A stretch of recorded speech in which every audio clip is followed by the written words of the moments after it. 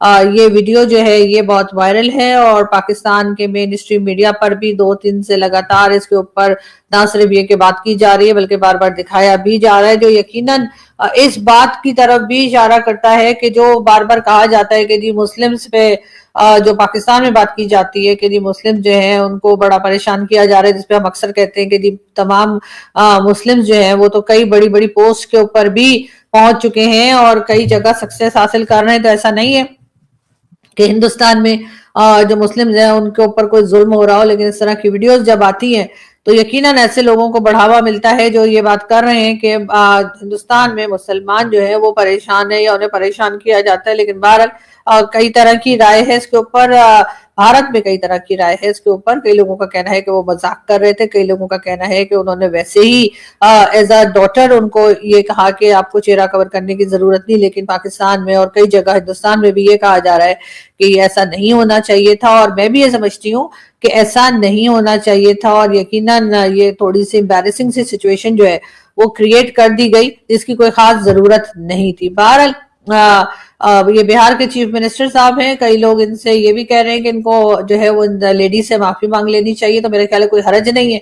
अगर वो अपना एक स्टेटमेंट लगा दें और अपनी तरफ से एक बात कर ले। पाकिस्तान में जो लोग बात कर रहे हैं उनको मेरा ये कहना है कि जी हमें तो सूट करता ही नहीं, ना तो हम भारत की माइनॉरिटी के बारे में कोई बात कर सकते हैं और ना ही जो बिहार के जो चीफ मिनिस्टर है उन्होंने जो कुछ किया उसके ऊपर भी पाकिस्तान का बोलना बनता नहीं है। क्योंकि आपने देखा ही है कि हमारे यहाँ जो है वो किस तरह से जो फीमेल्स की रिस्पेक्ट की जाती है वो सबके सामने है। जिस तरीके से डॉक्टर मारंग बलोच जो कि बलूचिस्तान से जिनका ताल्लुक है, जो प्रोटेस्ट के लिए इस्लामाबाद आई और इस्लामाबाद प्रेस क्लब जहां मैं मौजूद हूँ वहां पर उन्होंने प्रोटेस्ट किया अपने लोगों के लिए, मिसिंग पर्संस के इशू के ऊपर वो आई थी। और उस वक्त उनके ऊपर वो मारंग बलोच साहिबा उन लोगों में से हैं या बलूचिस्तान के उन लोगों में से हैं जो सर से दुपट्टा अपना नहीं हिलने देते। और उनके ऊपर यहाँ पर ठंडी रातों में, यानी कि कह लीजिए कि मौसम शदीद ठंडा था,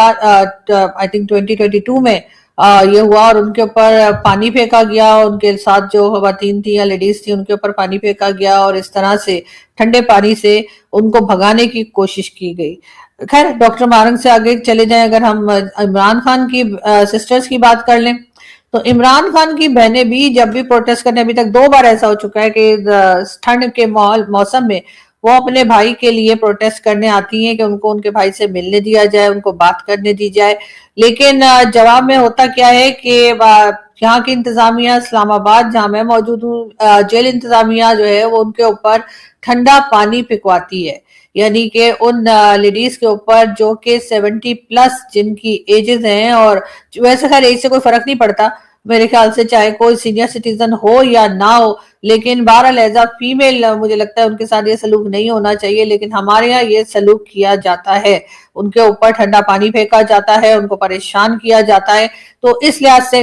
पाकिस्तान तो खैर ये बात ना ही करे कि जी फीमेल जो है उसके चेहरे से नकाब खींचा गया है या उसको कुछ कहा गया, इसलिए कि पाकिस्तान में जो कुछ होता है या तो पाकिस्तान अपनी तरफ से कोई एग्जाम्पल सेट करे कि हमारे यहाँ फीमेल्स के साथ कोई बदतहजीबी नहीं होती, कोई बदतमीजी नहीं होती या कोई ऐसी बात नहीं की जाती, तब तो हमारा बात करना बनता है। अदरवाइज हमारा बात करना यहाँ पर बनता नहीं है या हमारे मेन स्ट्रीम मीडिया को इसके ऊपर आवाज नहीं उठानी चाहिए और ना ही बात करनी चाहिए। लेकिन बहरहाल बात हो रही है और इसी तरीके से माइनॉरिटी के वक्त में भी मैं यही कहती हूँ कि या तो हमने अपनी माइनॉरिटी को बहुत शानदार तरीके से रखा हो, उन्हें किसी किस्म की कोई तकलीफ ना हो, उनके तमाम राइट्स उनको दिए जा रहे हो और वो यहाँ पर अपने आप को बहुत ही महफूज समझते हो, तब तो हमारा बात करना बनता है। वरना हमारा बात करना बनता नहीं कि हम जाकर जो है वो भारत में जाकर माइनॉरिटी के ऊपर भाषण जो दिया करते हैं कि जी मुसलमानों को ये हो रहा है, मुसलमानों को वो हो रहा है। तो जी यही बात तो चाइना के लिए भी फिर आप कहिए, जाइए और जाके अगर हिम्मत है किसी में तो जाकर चाइना के प्रेसिडेंट शी जिनपिंग को बोलें कि जी आप गलत कर रहे हैं, अपने जो मुस्लिम आबादी आपके यहाँ की है या जो मुस्लिम पॉपुलेशन चाइना में है उसके साथ गलत किया जा रहा है, उनके को जिस तरीके से टॉर्चर या मेंटल टॉर्चर किया जाता है उसके बारे में फिर बात करें। लेकिन वो बात करने की आपकी हिम्मत है नहीं, ले देकर इनके पास एक सिर्फ भारत ही बचता है। तो इन्हें भारत के साथ बात करने में, भारत के साथ लड़ाई करने में या भारत के साथ तरह तरह की स्टेटमेंट देने में बहुत मजा आता है। बहरहाल इस वक्त तो मैं ये भी कहूंगी कि अगर बलूचिस्तान की बात करें तो बलूचिस्तान को जिस तरह से फिल्म में दिखाया गया, जो अभी रिसेंटली जो फिल्म अक्षय खन्ना की जो यहाँ पर भी बहुत देखी जा रही है, बहुत सुनी जा रही है, लोग बहुत तारीफें कर रहे हैं, जी हाँ, उसके बारे में ही मैं बात कर रही हूँ। तो उसमें जिस तरह से बलूचिस्तान और इसके अलावा पाकिस्तान के कई ऐसे सेंसिटिव किस्म के इश्यूज हैं जिसको के दिखाया गया है, तो लोगों का ख्याल तो ये था कि शायद पाकिस्तान में इस फिल्म को पसंद नहीं किया जाएगा। देख तो खैर हम लेंगे, आपको पता है कि हम लोग किसी ना किसी तरीके से अगर कोई चीज मना की जाए तो वो तो पाकिस्तानी जरूर करते हैं। तो अगर कहा गया कि जी ये फिल्म नहीं आ सकती या नहीं देख सकते, यहाँ तक कि हमने गल्फ कंट्रीज तक में इस फिल्म पे बैन लगवा दिए, लेकिन बहरहाल अपने आप बैन नहीं लगवा सके। और इसी तरीके से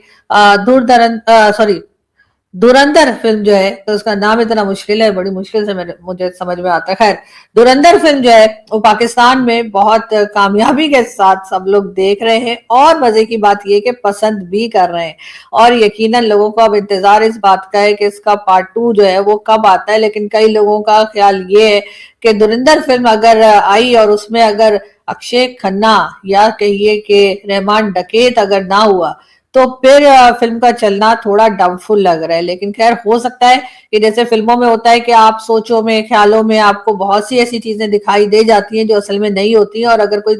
किसी की डेथ भी हो गई है फिल्म के अंदर, तब भी वो फिल्म में दिखाया जा सकता है, अगर मतलब वो ये सोचा जाए कि उसकी सोच आ रही है या उसके बारे में सोचा जा रहा है। तो हो सकता है कि रहमान डकैत आपको पार्ट 2 में भी दिख जाए, इसलिए कि रहमान डकैत के बगैर तो मुझे नहीं लगता कि ये फिल्म जो है वो चल पाएगी या लोग देखना पसंद करेंगे। बात करते हैं इसमें, खैर जरदारी साहब का भी बड़ा जिक्र फिक्र है इस फिल्म के अंदर, पीपल्स पार्टी को भी दिखाया गया है और कई चीजों को हाईलाइट किया गया है। जरदारी साहब का एक स्टेटमेंट आजकल लोग जो है वो देख रहे हैं, सुन रहे हैं। इसमें सदर साहब का कहना ये है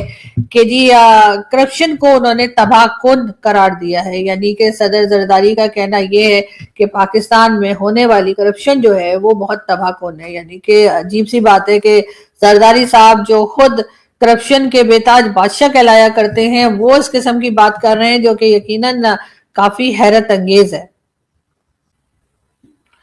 सोशल मीडिया की वजह से लोग बड़े मतलब यहाँ पर ऐसे हो गए हैं पाकिस्तान में, क्या वो हर बात पर खुल के बात करने लगे हैं, और शायद यही वजह है कि पाकिस्तान की गवर्नमेंट इस वक्त परेशान है। और कहना ये है इस वक्त एक मिनिस्टर साहब का,